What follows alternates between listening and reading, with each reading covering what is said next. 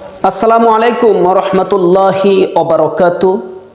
সম্মানিত দর্শক, মিডিয়ার মাধ্যমে আজ আমরা প্রতিনিয়ত প্রত্যেকটা সময়ের খবর আমাদের ধারপ্রান্তে পর্যন্ত পৌঁছে যাচ্ছে। সারা বাংলাদেশে একটা অরাজকতা সৃষ্টি করে দিয়েছেন প্রাক্তন ফ্যাসিস্ট সরকার, স্বৈরাচারী সরকার, কসাই সরকার, খুনি সরকার শেখ হাসিনা। ভারতের জমিনে নরেন্দ্র মোদির বেডরুমে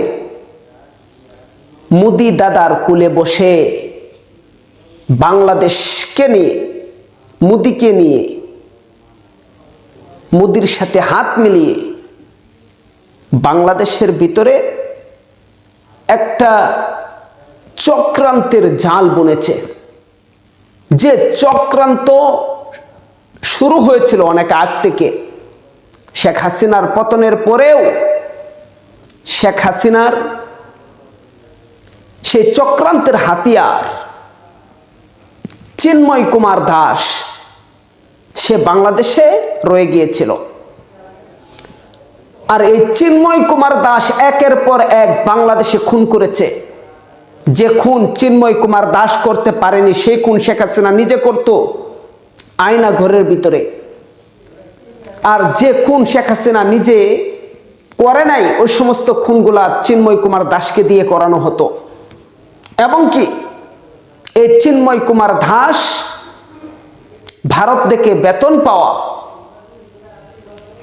শেখ হাসিনার গোলাম, মোদির গোলাম। আর তাদের একটাই টার্গেট, কাশ্মীরে যেমন আমার মা বোনদেরকে হত্যা করা হয়েছে, আমার ভাইদেরকে দেয়ালের সাথে বেঁধে রেখে তার বোনকে, তার মাকে, তার স্ত্রীকে তাদের চোখের সম্মুখে ধর্ষণ করা হয়েছে। ওই সমস্ত নির্যাতন এই চিন্ময় কুমার দাস বাংলাদেশে করেছে, যেগুলো আওয়ামী লীগের আমলে কখনোই প্রকাশিত করেনি দালাল মিডিয়ারা।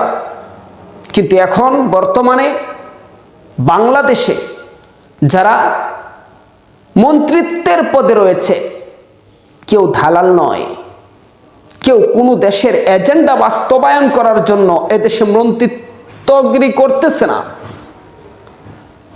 কেউ এদেশে ক্ষমতা টিকিয়ে রাখার জন্য মন্ত্রিত্ব করতেছে না।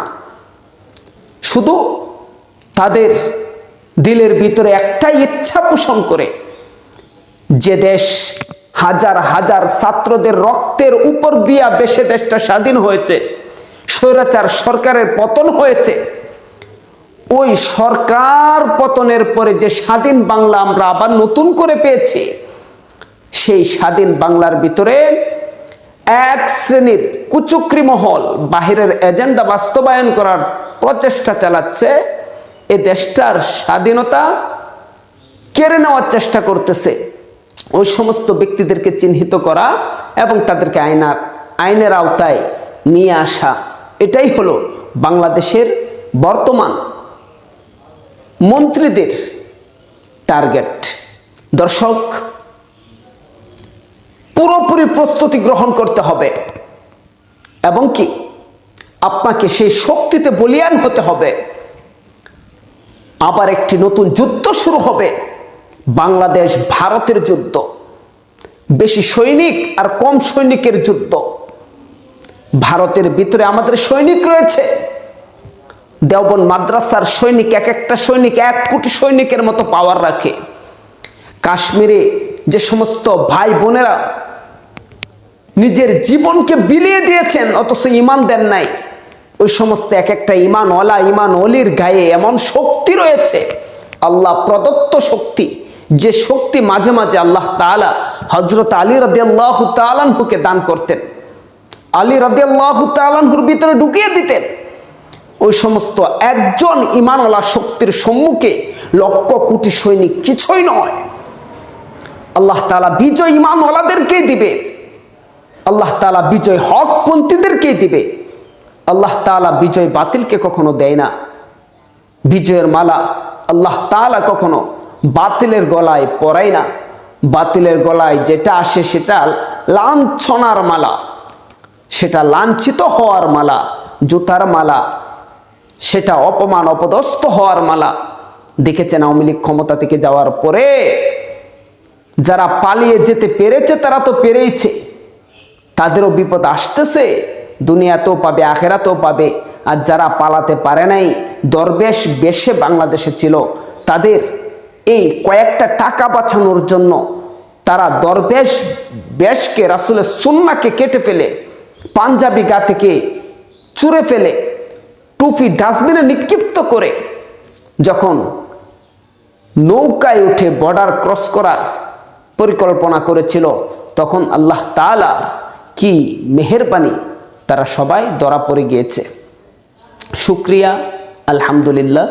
তবে আপনাদের মনে রাখতে হবে, বাংলাদেশ ভারতের নতুন যুদ্ধ শুরু হচ্ছে। সেই যুদ্ধে অংশগ্রহণ করতে হবে দেশের প্রত্যেকটি জনতার। সুতরাং বিজয়ের মালা বাংলাদেশের হবে। ভারত আমরা স্বাধীন করেছিলাম, ভারত আমরা রাজত্ব করেছিলাম, সামনেও ইনশাল্লাহ বাংলাদেশে যেমন আমরাই রাজত্ব করতেছি, ভারতের মাটিতেও মুসলমানরাই রাজত্ব করবে। মুসলমানদের কালেমার পতাকা উড্ডীন হবে ইনশাআল্লাহ।